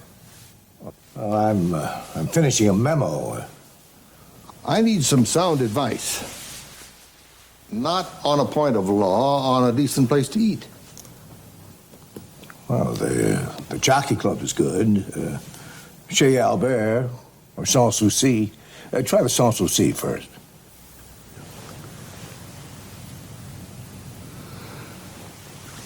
Would you be free to join me? Why, yes. Yes, I would. After the Civil War, the South used every means available to keep the ex-slaves poor, disenfranchised, and ignorant. As close to slavery as possible. School segregation was just a logical outgrowth of that general effort. That's certainly true. But, ladies and gentlemen, we must face the fact that we still have no persuasive evidence that school segregation was specifically prohibited by the 14th Amendment. Just the same, although they were eroded in the decades following their adoption, the 13th, 14th, and 15th Amendments were clearly intended to establish equality. So what you're really saying is that all we have to argue with at this point is broad purposes. You've already done that. Yes, but did they hear it? Now, Your Honors, the framers of the 14th Amendment clearly intended it to establish equality. And we contend this court has, at certain times, recognized in the 14th Amendment that broad purpose. Now, to support that contention, I would like to review two groups of cases. First, the court's rulings on racial classification laws. Mr. Marshall, I don't believe we are troubled by our decisions in those cases. Yes, sir, Mr. Justice Jackson. The question is, and always has been, is it proper for the courts to overrule segregation laws? Is it right for this court to do that instead of leaving it to Congress? Exactly.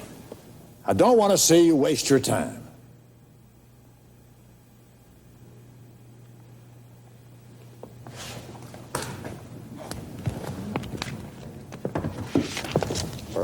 Well, in fact, in 1871, Congress passed a law specifically aimed at enforcing the 14th Amendment, saying that anyone using a state law to deprive a citizen of his rights... I don't know what that act has to do with our problem. If you expect to prevail here, you must stick to what flows directly out of the 14th Amendment, not some subsequent congressional action. Yes, sir.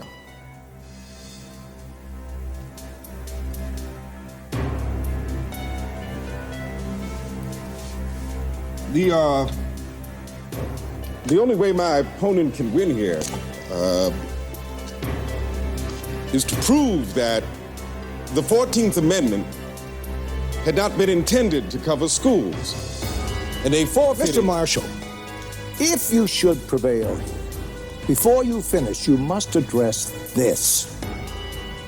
Have you developed a plan for how desegregation would take place? Mr. Justice Frankfurter,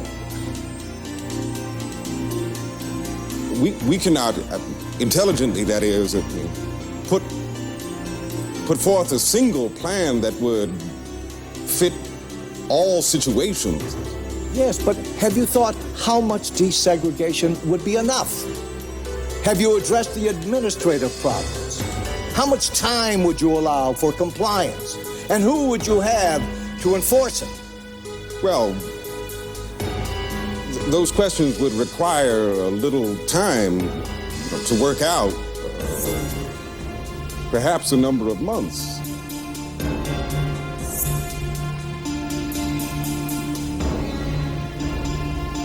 Your Honors, frankly, it is also beyond our imagination to conceive how the court would implement a desegregation order. In, for instance, Clarendon County, South Carolina. There are 2,700 black students and only 300 white ones in that county. Now, if there were 27 Negro students and only 3 white ones in each and every classroom, would their lives be more serene? Ironically, in Clarendon County today, you have equal education. Not promised, not prophesied, but present. Now, shall it be thrown away on some fancied question of racial prestige? Now, contrary to Mr. Marshall's statement, the basic question is not whether the 14th Amendment was designed to grant equal protection to the Negro. Everyone acknowledges that. The question is whether separate facilities, if they are equal, satisfy that guarantee. Now, this court has ruled not once, but 7 times over the years in favor of the separate but equal doctrine. Now, somewhere, sometime, to every principle, there comes a moment of repose, a time when it has been so often announced, so confidently relied upon, so long continued, that it passes the limits of judicial disturbance. We feel strongly that the separate but equal doctrine has reached that moment. Thank you, Your Honors.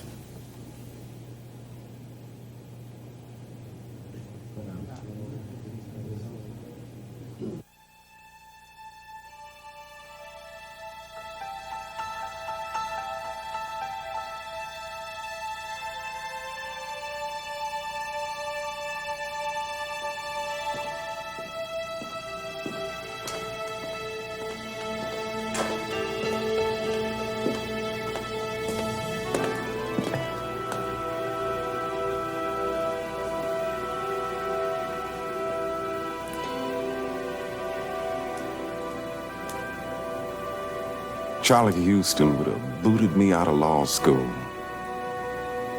for such a fumbling, dim-witted display. You got tomorrow.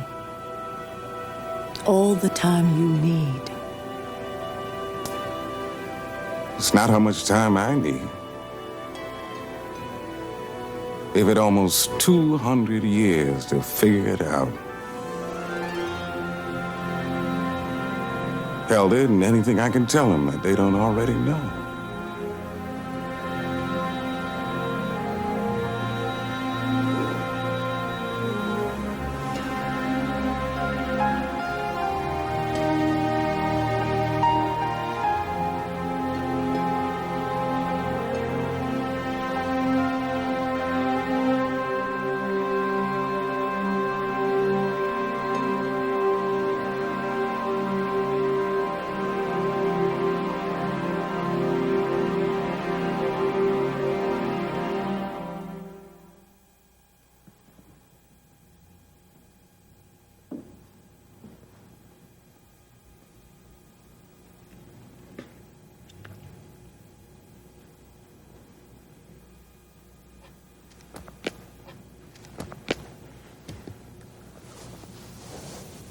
Now, Your Honors, I got the feeling, listening here yesterday, that when you put a white child in a school with colored children, that child is going to fall apart. Now, we all know that this is not true. Those same kids in South Carolina, in Virginia, they play in the streets together. They play on the farms. together. They go down the road together. And they separate to go to school. They come out of school and they play ball together. But they must be separated in school. There is some magic to it. Now, this court has said that black and white are entitled to vote together, to live in the same housing developments. You have said, let them attend the same universities, law schools, nursing schools. But if they attend the same elementary and high schools, the world will fall apart.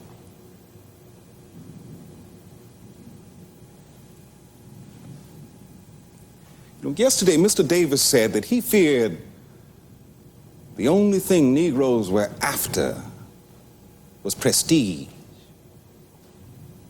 status. Exactly correct. We do want that, and why shouldn't we? Why should our being black deny us what others in this country take for granted?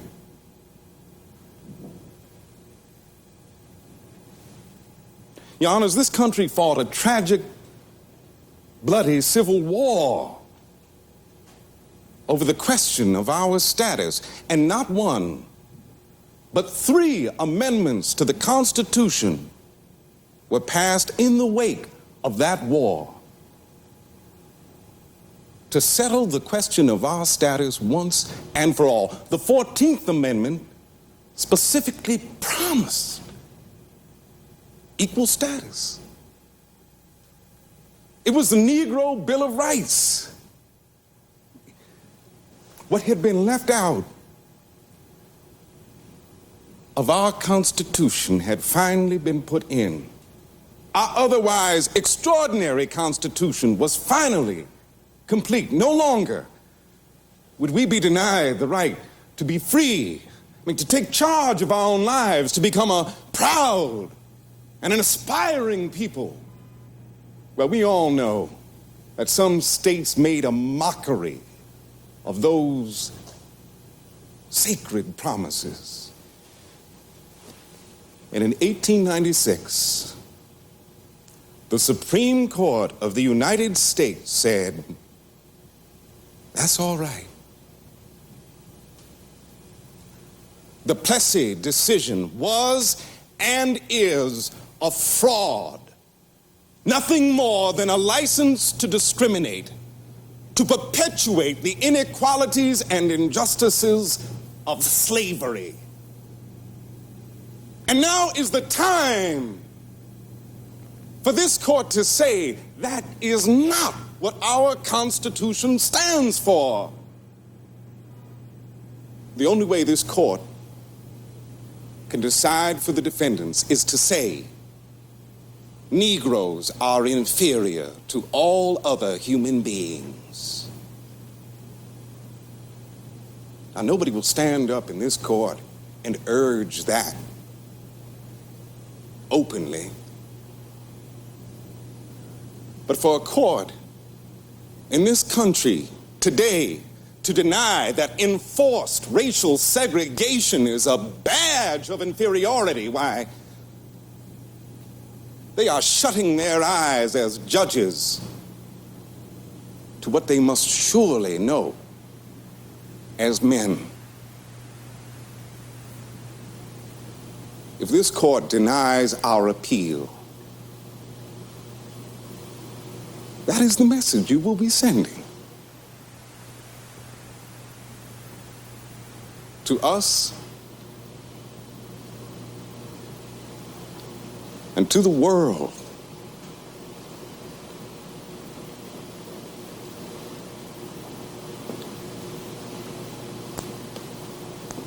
Thank you.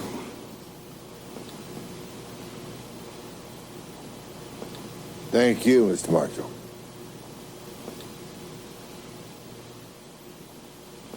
As you all know, Justice Black has been called to Alabama because of a family illness. Stan.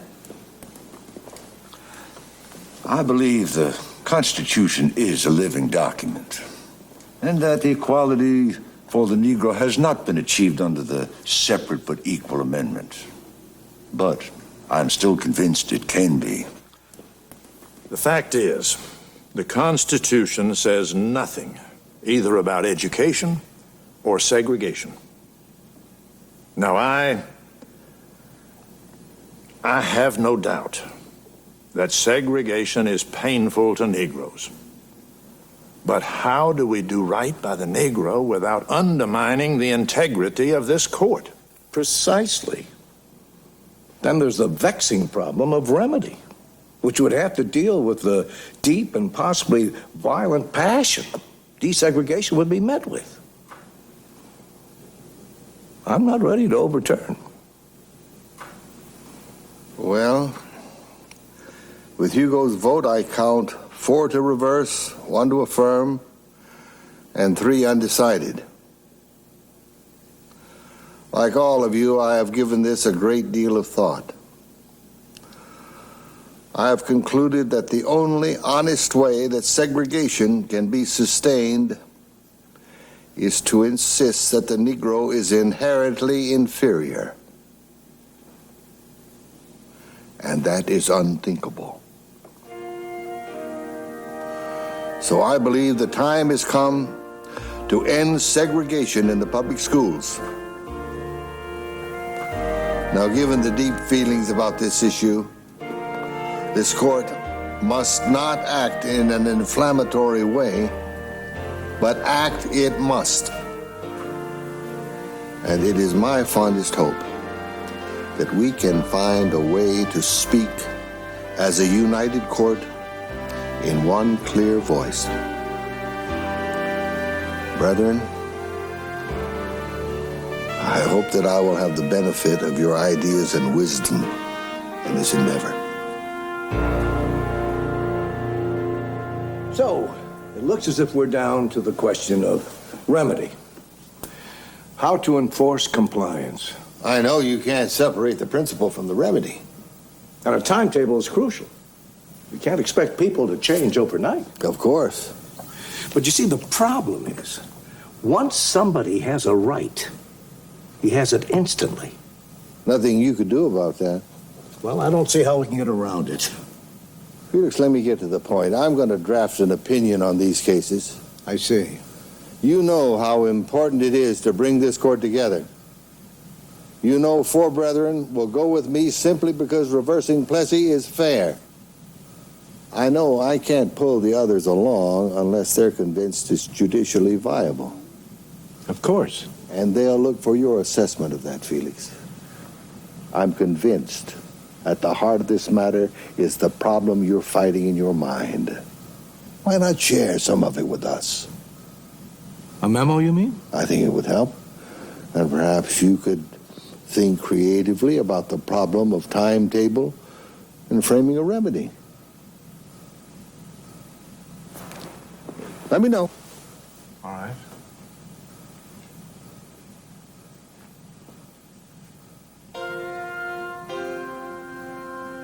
Regarding a decree in the school segregation cases before the court, I offer these thoughts in the hope they may stimulate good thoughts in others. The equality of laws enshrined in the Constitution was made for an undefined and expanding future, and for a people gathered and to be gathered from many nations and many tongues. Thus, it is not a fixed formula. Law must respond to changes in men's feelings for what is right and what is just. When a deeply rooted state policy is wrong, the court does its duty if it reverses the direction of that policy so as to uproot it with all deliberate speed. What in the hell does that mean? It means gradually. He borrowed that from Oliver Wendell Holmes. That's very good. So, Bob, the old Tigger is bouncing back, is it? Well, it's better, thank you. You know, Earl, it's very humbling coming face to face with one's mortality. Very astute move circulating Felix's memo. Well, a great justice once said that the majestic generalities of the Constitution have a content and significance that vary from age to age. Benjamin Cardozo, right? Yes. I like what he said about a great principle growing into the promise of its logic. That someday all men are created equal might mean just that.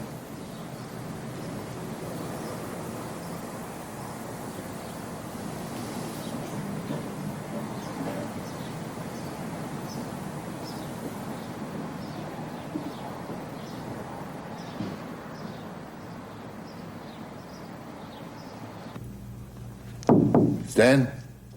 Earl? I know it isn't easy deciding what's best for your country. I don't envy you.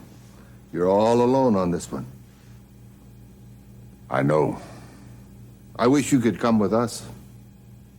I wish it were possible. Well,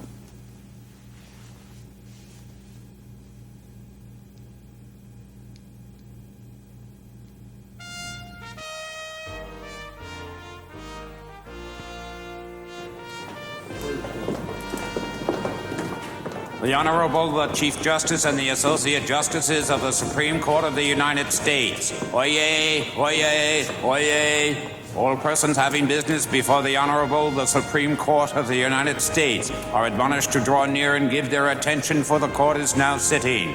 God save the United States and this honorable court.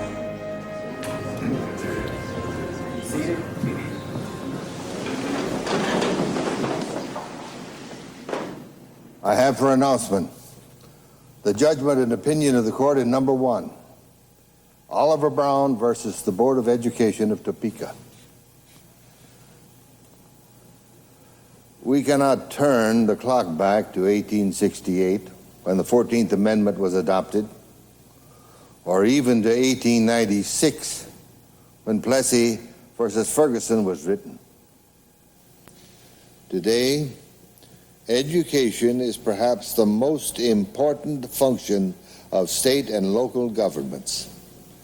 In these days, it is doubtful that any child may reasonably be expected to succeed in life if he is denied the opportunity of an education. Such an opportunity, where the state has undertaken to provide it, is a right which must be made available to all on equal terms. The segregation of children in public schools solely on the basis of race deprive the children of the minority group of educational opportunities? We believe it does. To separate Negro children from others of similar age and qualifications solely because of their race generates a feeling of inferiority as to their status in the community, which may affect their hearts and minds in a way unlikely ever to be undone. Any language in Plessy versus Ferguson contrary to this finding is rejected. We conclude unanimously that in the field of public education, the doctrine of separate but equal has no place. Separate educational facilities are inherently unequal. Yes, sir! Unanimous! Lord have mercy! Excuse us. We are very pleased. This is overdue, but nonetheless, we are happy with the result. See you there, all right?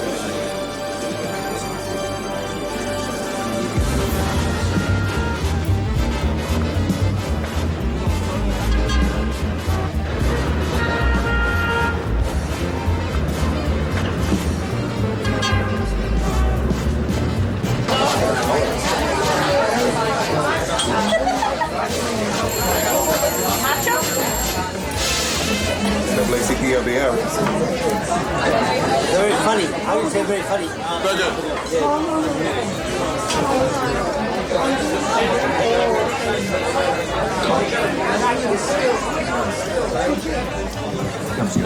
Thurgood. Hey, yeah. All right. Hello. It's a little noisy in here.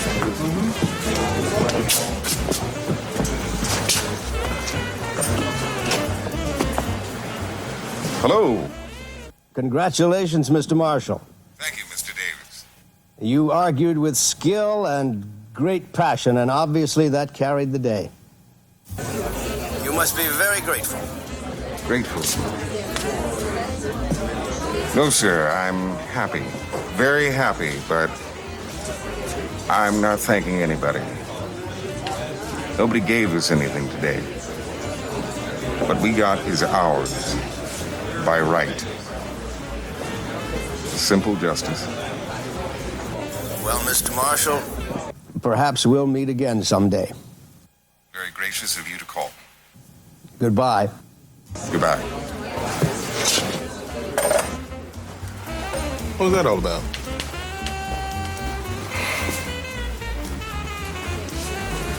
Bob, I've got the feeling that tomorrow the real work begins.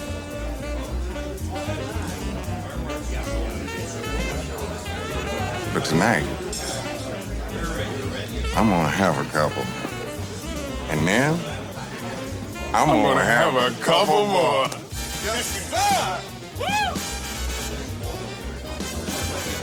A year later, the court ordered public schools to desegregate with all deliberate speed. It took 10 years in Virginia, and in South Carolina, too. Make no mistake, though, the Brown decision made all the difference in the world.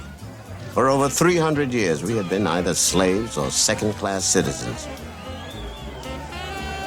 Brown said, in effect, we were equal before the law. That's what we heard. That's what it said. The law was finally on our side.